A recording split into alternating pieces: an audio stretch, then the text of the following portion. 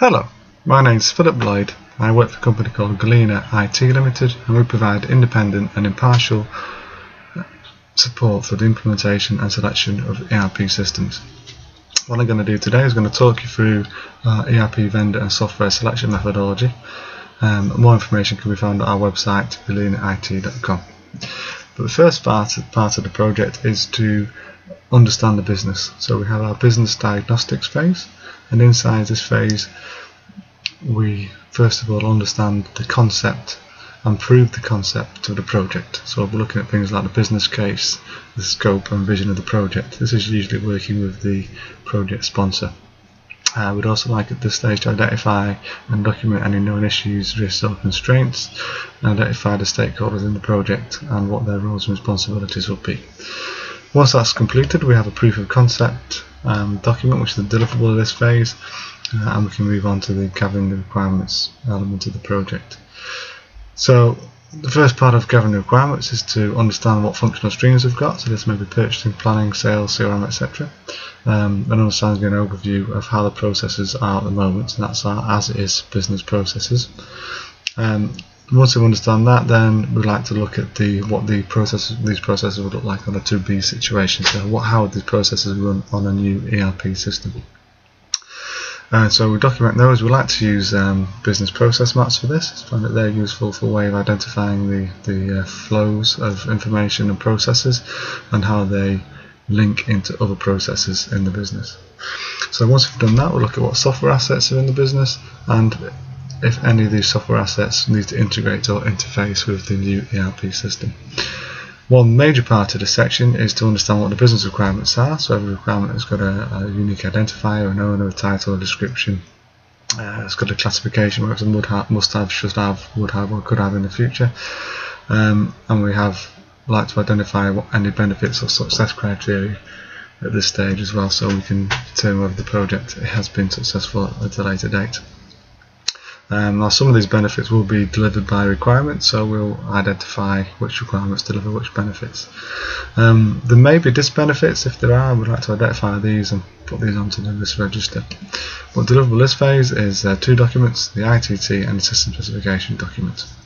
Once we have these in place, we can get a system specification document, update that to produce the ITT, and we can send this out to a short list of vendors, which is formed in the first stage of part 2 here, which is the vendor software selection.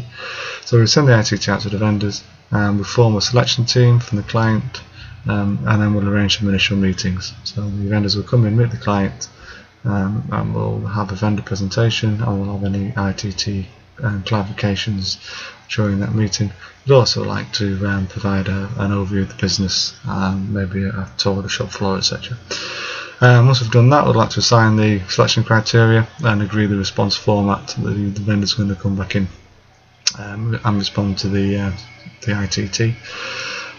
Once we've done that, we'll give the vendor a bit of time to do that, and then we'll receive their responses in. All their responses will be categorised, so we can evaluate which parts of the system are standard functionality, which ones have third party, if it's configuration, customization, whether it's something that's in development or whether it's in the next release of the software.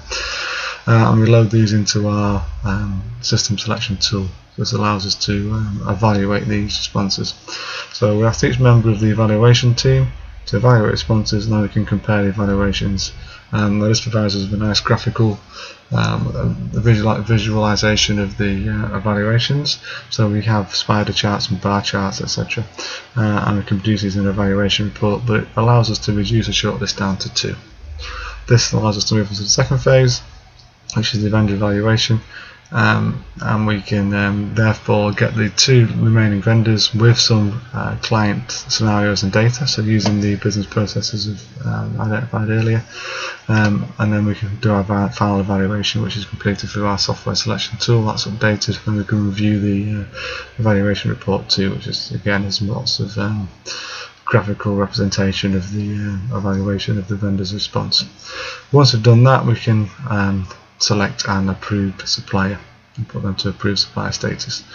Once we've achieved that, then we start to look at the project and certainly the project environment, and making sure that the environment is in place for the implementation of the system. So we look at things like the team structure, their roles, how we're going to do project planning, how we're going to manage money and time, how we're going to manage resources and risks and stakeholders. We do stakeholder analysis. This will allow us to generate a communications plan, how we're going to manage scope issues, and managing organisational change, because people's roles will change, something that's often left out of many methodologies. And what we also like to do is make sure that we have a level of project quality and assurance into the project as well. This is generally done through 3 documents. The 3 deliverables here is our roadmap for implementation, a statement of work which contains milestones and commercial agreements, and the project charter which contains all the details about the project. Okay, so that's it. So that would normally take a 4 to 6 week length of time. If you'd like any more information, please visit our website, galenaIT.com, and I'd like to thank you very much for your time.